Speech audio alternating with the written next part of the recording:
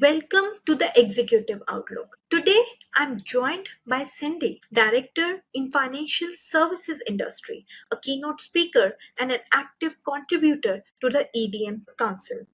Cindy is known for turning audit into a strategic ally and building practical AI data governance framework that help financial institutions move faster with trust. I'm really excited to know about your journey and how you come to the executive role in the financial service industry. I've been in IT and data risk and audit space for over 18 years. And my past 10 years has been in heavily regulated financial services industry.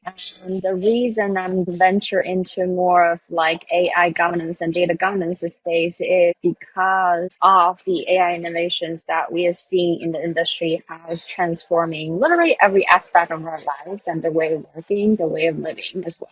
Right? Data governance has become increasingly more important because as you see that any of the AI model to be effective, the fundamental data that we fed into the model has to be complete and accurate with high quality. It has to be timely and available. So which is data governance is really front and center to ensure that we can actually use the model to get the insight that we need, right? Because otherwise it's garbage in, garbage out. So the last few years, there's been a lot of focuses on data governance, and it happened to be one of my really passionate areas. And believe it or not, there's actually not many risk professions and recruiters who are specialized in data governance and AI governance. That happens to be an area that I'm really, really passionate specialized in as well. I spend a lot of time study the existing data governance framework, like the ones with DAMA framework or the ECAMP and CDMC framework by EDM Council. I'm very actively involved in making sure that we make continuous improvement to the cloud data framework, like CDMC, involved the working group. But at the same time, as the industry, I felt like we haven't figured out what the AI governance framework should look like, right? So which is why I spend a lot of time networking with other CDOs and CAIOs and making sure that we share the best practice and learn the detours and the pitfalls, right, to make sure that we can avoid some of that and then share the insight on what works, what doesn't. And so as a industry, we can come up with what works for us at current stage for all the financial services industry. So I attend a lot of conference and network with a lot of the industry here to make sure that we can collectively, share the insight and come up with a framework that works because the regulatory requirement is just lagging behind right now. So we have to sort of design our own, if you will. So that's how I get into the space, and this continue to be a space that I see tons of growth and tons of needs as well for us to be specialized in and continue to provide the thought leadership. Thank you so much for sharing. And as you have been involved in data governance and auditing, so what are the biggest lessons that you have learned while you are leading the IT and the data auditing in large banks? I wouldn't perceive it as more like a lessons learned. But I would say that the past few years, honestly, the past 10 years in financial services, it's never like a dull moment, especially that we're in this era of AI. It's actually quite exciting time to be involved with the data governance and AI governance space. And honestly, holistically looking at the data, IT risk and AI risk, how they intersect and how we manage risk. It's a constant evolving landscape. It's quite exciting. And risks continue to shift if you think if you think about audit process 10 years ago, it's highly manual. And most of that is concentrated on looking at the business process and manually sample to test. You are seeing the risk landscape continue to shift towards IT, data, and AI space because the processes continue to get automated and it continue to demand a higher coverage from a regulatory standpoint as well. And so that's why, there's a lot more emphasis on how do we use automated tool, data analytics or AI tool to try to automate some of these audit process. So instead of doing sample testing, we're doing 100% testings. We're doing channel analysis. We're identifying anomalies. Right? We're ensuring higher audit coverage with faster results for everything. So I would say it's actually really, really exciting time. And I'm learning every day. I'm sure a lot of the professionals in the space are learning every day as well. So, what you have seen 10 years ago versus now? I think you brought up a very interesting point. The machine learning has existed for decades, right? It's been a long time ago. But I think being the financial services, you see the last 10 years that there's been a lot of emphasis on big data, data analytics. But I think it didn't become mainstream until ChatGPT was released in 2022. People realized the impact, the power of Gen AI and what the AI model can bring, and it starts to transform every aspect of your life. I still remember, like even like a year ago when I attend the conference, people were still debating is this a hype or not. And this year, no one's talking about it anymore. Everyone knows it's here, not a hype. It's here to stay. Everyone just needs to adapt to it, skill towards it, because otherwise you will become obsolete. You can see that. You can feel it. You can feel it as transforming the way of working, the way of living. You know it's here to stay. So it's very different. Like even though people talk about machine learning for decades, it never thought that it would be this widespread, right? Think about the scope and the depths it would go through that transfer every aspect of your life. Like for example, medical, right? You use AI algorithm now to identify anomaly that they can identify cancer earlier than regular method would be through the radiologies result. They use that to assist the diagnosis, right? Amazon use AI to optimize the route so that they can deliver the package to wherever faster. Also, they can anticipate where a certain product will be needed by what geographical location. So they can actually pre-send this to the warehouse that's closer to the customer so that they can deliver, they can meet the one day deliver demand, right? So a lot of that, and the restaurant is using that to also anticipate when and what time customer would order certain dishes, so they can better plan the supply chain to reduce the food waste and reduce the time that they need to serve the customer as well. So it's literally you can see is medical, is package, is restaurant, is all aspect of your life. The actual scope and the depth that the AI is bleeding into how we do, how we live, how we work, it's starting to transform, and we can see that, we can feel it. So that's why it's this time is different. Everyone knows that you have to think about, be innovative, and think about how you can use AI to make you more efficient. You have to think about your daily job, identify the opportunity to automate it using AI or whatever. It doesn't have to be AI. It can be other automation tool, but everyone is looking for ways to increase efficiency to yield better result faster. Literally every industry, at every level, everyone realized there's a sense of urgency. So that's why this time is very different. And you can see the past 3 years since the ChatGPT was released, how it just changed your perspective about how you should work and how you should live as well. So true. Thank you so much for sharing. All right. So, my next question is that if you have 90 days and you have to start it now, so what are the steps you will gonna take in order to set up the AI governance for any organization? I think the first step I would recommend is to really figure out what is the acceptable level of risk for your organization when it comes to AI innovation. Because the key to establish an AI governance framework is really to figure out the balancing act between risk management and innovation.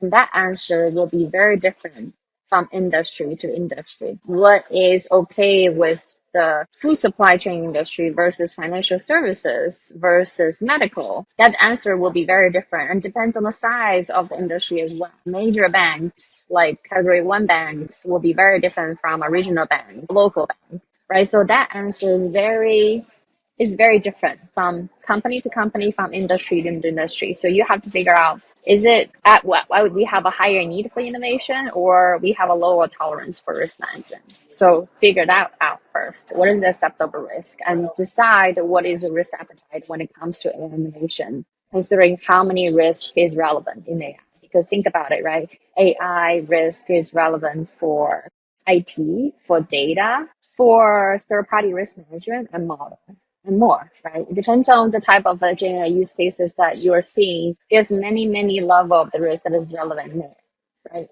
So, and then that's number one. You have to figure out what that balance is. What is your risk appetite? What is your acceptable risk for your organization? Figure that out. And then the second step is that you have to figure out the key stakeholders who should be involved in the AI governance process, who should own the overall governance framework, who should be the one that needs to be helped out with implementation of the actual framework, who should be the one that has the approval authority when it comes with ideation to proof of concept to wider rollout. So that what committee does it need to go to for the official approval? Who should be involved with the risk assessment or whatever the case may be? So that's number two, the key stakeholder. And number three is that figure out the flow in which that the use cases would have to go through. Obviously, you have to figure out the classification of the risk cases because there's just regular AI usages. It doesn't involve generative AI. Then it may just need to follow the model risk management process. You don't need to do anything additional, right? If it's an internally developed Gen AI use cases versus a third-party provided solution,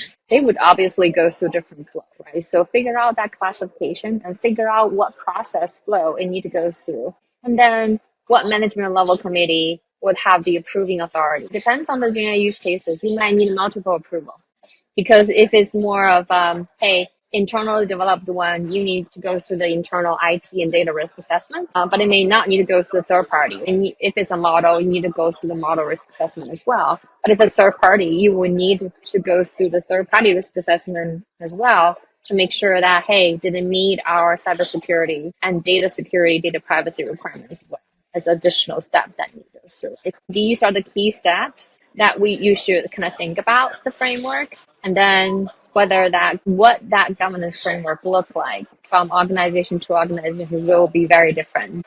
Depends on how your organization is set up, how the acceptable risk is, and who the key stakeholder is, and who is owning the actual governance framework itself in terms of designing as well as monitoring. All right. And what red flags do you see where the governance is weak and how should we fix them? I would say, generally speaking, a lack of support. If you think about data governance framework and AI governance framework, they're very similar in terms of like who actually owning the designing and the monitoring of the framework itself. It's different from the people who actually have the authority implement it. So there's usually one organization that owns the actual design and monitoring of the governance framework, but it typically relies on the lines of business to actually help implement the actual controls in the banks or credit card or loans. Then if you have lack of support from these lines of business, that usually means that your governance is weak.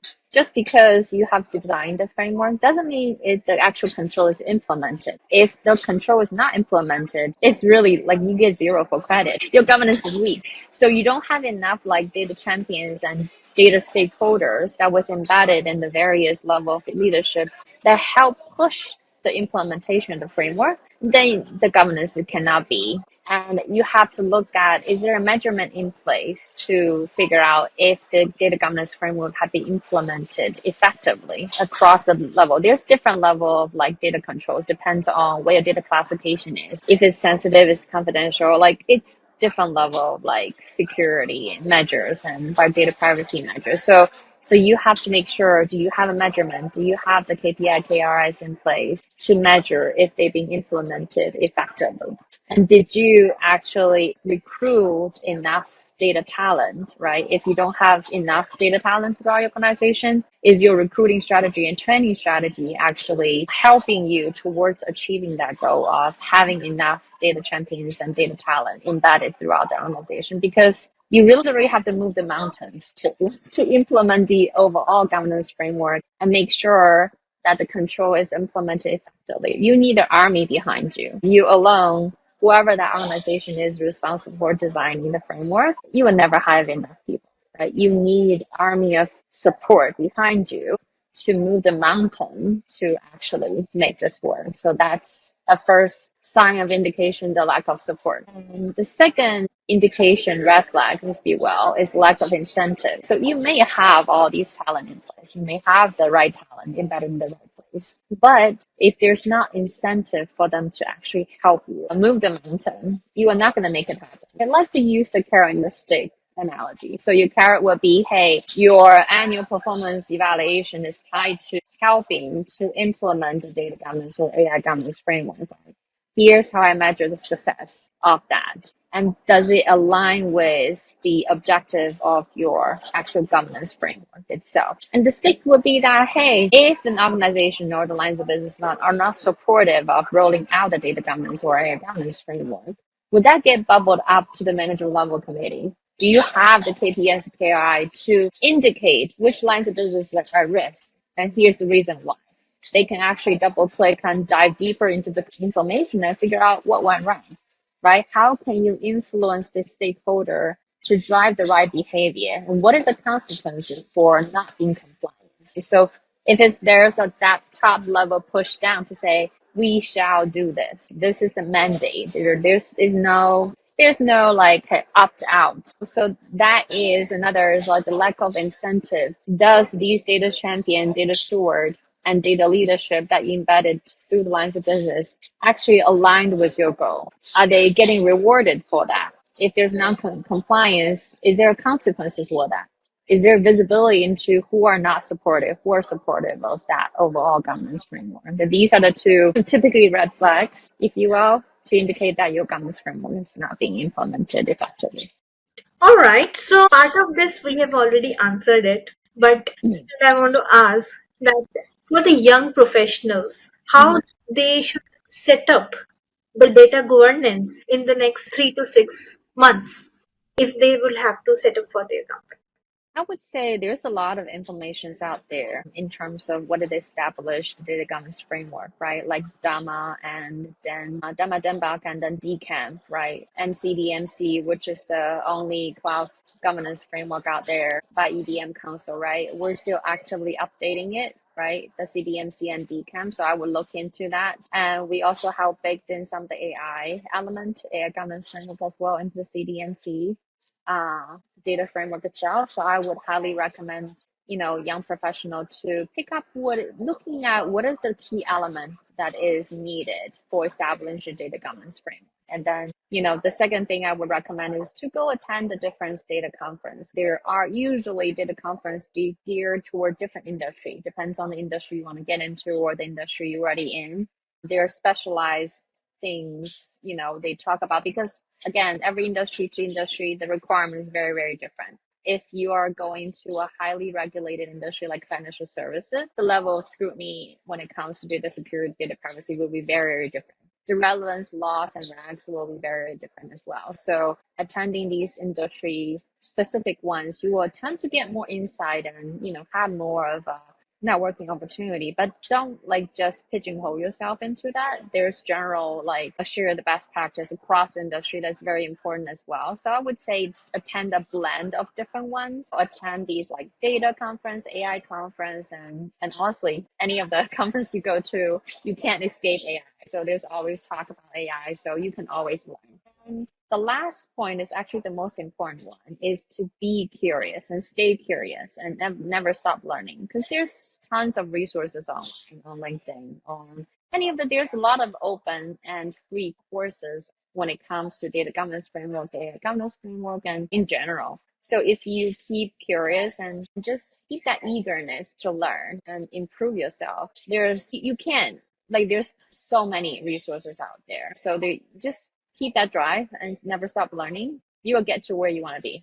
Thank you so much for sharing and for giving the advice that will gonna really help all of us. And you're awesome and what you do. And thank you so much for the time you have shared your insights and joining us on the executive hour.